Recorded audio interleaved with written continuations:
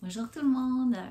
Donc, le message de la semaine, évidemment, il y a encore les archanges et tous les autres qui nous accompagnent.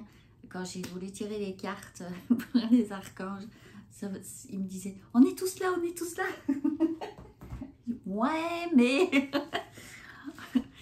plus particulièrement Raphaël. Puis moi, ce que ça me dit, c'est que de vous rappeler que Raphaël protège pendant les voyages, quels qu'ils soient. Ça peut être un voyage physique, ça peut être un voyage intérieur. Il est là pour vous protéger, pour régénérer aussi le corps, l'âme, tout ce que vous voulez là. Donc, il me demande de garder la carte comme ça. Donc, laissez-vous imprégner par cette énergie de Raphaël et faites appel à lui tant que vous voulez. Ils me disent à lui ou à elle, hein, parce que... Ah ouais. Attends, j'étais là, j'en parle-tu de ça? En fait, les anges et les archanges, ils n'ont pas de sexe, donc on dit il, elle, ça n'a aucune importance. Et voilà, Raphaël. Ensuite, les forces de l'esprit. Moi, ce que c'est, là, j'ai vu éveil, désirer changer.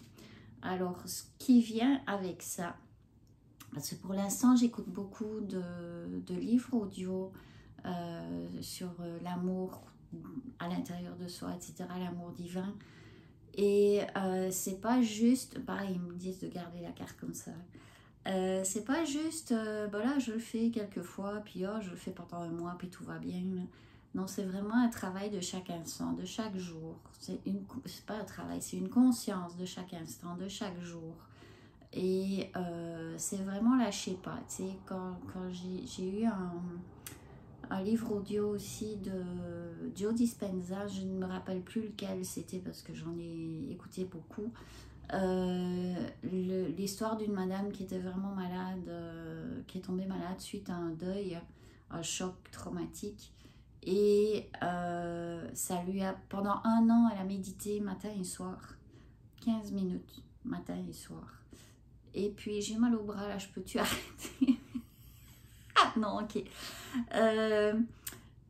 Et du coup, c'était la femme, tu sais, pendant 1 an, elle a vu des changements, oui, puis non, tu sais, mais elle a continué, elle a persévéré, puis tu sais, ça lui a pris 2 ans pour se guérir totalement de sa paralysie, de son cancer et tout, et tout, et tout. Donc, c'est vraiment être beaucoup assidu à ce qu'on fait, vraiment être de plus en plus conscient de ce qu'on fait.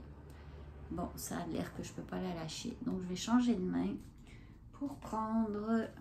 Alors là, ça vient les cartes de la réussite de Deepak Chopra. Et là, je vais lire, c'est « Je protège ma vie intérieure de l'opinion des autres.